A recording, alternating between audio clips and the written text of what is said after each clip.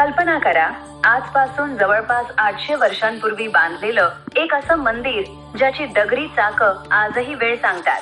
एक असं मंदिर ज्याची रचना पाहून आधुनिक अभियंतेही आश्चर्यचकित होतात. आणि एक असं मंदिर ज्या भोवती आजही अनेक रहस्य कथा फिरत आहेत. हे आहे ओडिशातील जगप्रसिद्ध कोणार्क सूर्य मंदिर. ओडिशातील पुरी पासून सुमारे 35 किलोमीटर अंतरावर चंद्रभागा समुद्र किनाऱ्याजवळ उभं असलेलं हे मंदिर भारताच्या प्राचीन वास्तुकलेचं एक अप्रतिम उदाहरण मानलं जातं. दरवर्षी लाखो पर्यटक आणि भाविक या भव्य वास्तूला भेट देतात. कोणार्क या नावामागेही एक सुंदर अर्थ दडलेला आहे. कोण म्हणजे दिशा आणि अर्क म्हणजे सूर्य, म्हणजेच सूर्याची दिशा दर्शवणारे स्थान. 10व्या शतकात पूर्व गंग राजवंशातील महान राजा नरसिंहदेव प्रथम यांनी या मंदिराची निर्मिती केली. त्या काळात भारतातील वास्तुकला आणि शिल्पकला जगभर प्रसिद्ध होती. कोणार्क सूर्य मंदिर हे त्याच वैभवाचं जिवंत उदाहरण आहे. मंदिराची सर्वात मोठी खासियत म्हणजे त्याची रचना. संपूर्ण मंदिर सूर्यदेवाच्या रथाच्या आकारात बांधण्यात आलं. या रथाला 7 घोडे आणि 24 विशाल चाकं दाखवण्यात आली आहेत. वैदिक परंपरेनुसार सूर्यदेव 7 घोड्यांच्या रथातून आकाशात भ्रमण करतात. मंदिराच्या रचनेत हाच विचार साकारण्यात आलाय. या 24 चाकांपैकी प्रत्येक चाक सुमारे 10 फूट व्यासाचं आहे. या चाकांवर इतकं सूक्ष्म कोरीव काम करण्यात आलंय की ते पाहण्यासाठी तासनतास लागतात. अनेक अभ्यासकांच्या मते या चाकांचा उपयोग सूर्याच्या सावलीच्या आधारे वेळ मोजण्यासाठी केला जात असे. म्हणूनच काही लोक या चाकांना प्राचीन सूर्य घड्याळ म्हणतात. जर तुम्ही या चाकांच्या जवळ जाऊन निरीक्षण केलं तर त्यावर मानवी जीवनातील विविध प्रसंग, नृत्य, संगीत, उत्सव आणि दैनंदिन जीवनाशी संबंधित अनेक शिल्प कोरलेली दिसतात. म्हणजे हे मंदिर केवळ पूजा करण्याचं ठिकाण नव्हतं, तर त्या काळातील संस्कृती आणि ज्ञानाचं जिवंत संग्रहालय होतं. कोणार्क सूर्य मंदिराशी संबंधित एक प्रसिद्ध पौराणिक कथा देखील सांगितली जाते. पुराणांनुसार भगवान श्रीकृष्णांचा पुत्र सांब याला शापामुळे गंभीर रोग झाला होता. अनेक वर्ष सूर्यदेवाची कठोर तपश्चर्या केल्यानंतर त्याला रोगमुक्ती मिळाली. सूर्यदेवाप्रती कृतज्ञता व्यक्त करण्यासाठी त्याने सूर्योपासनेची परंपरा सुरू केल्याचं सांगितलं जातं.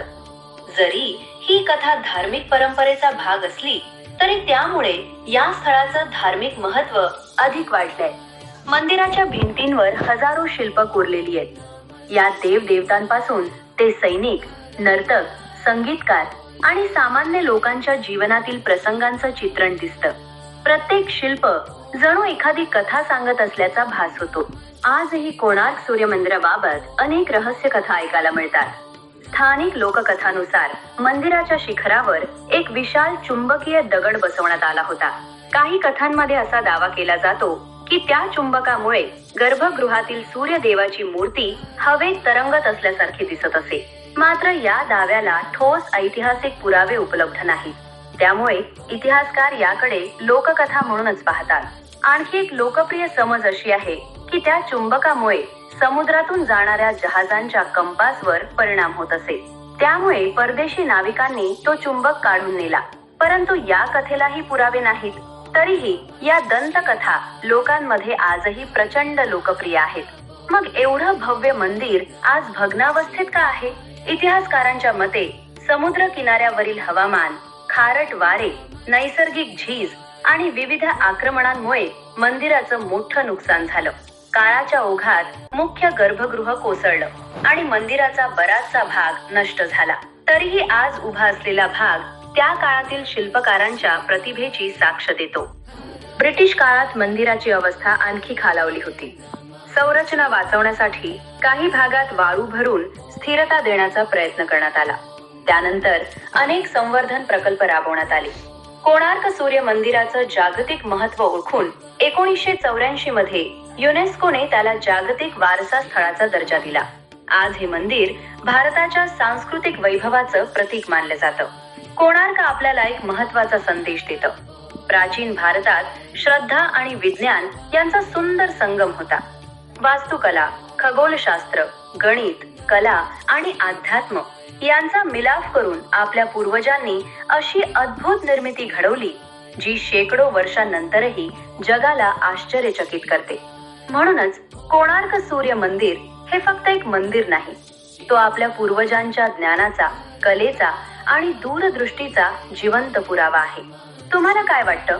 कोणार्क सूर्य मंदिराचं सर्वात मोठं रहस्य कोणतं आहे? तुमचं मत कमेंटमध्ये नक्की सांगा. व्हिडिओ आवडल्यास व्हिडिओला लाईक करून चॅनलला सबस्क्राईब करा.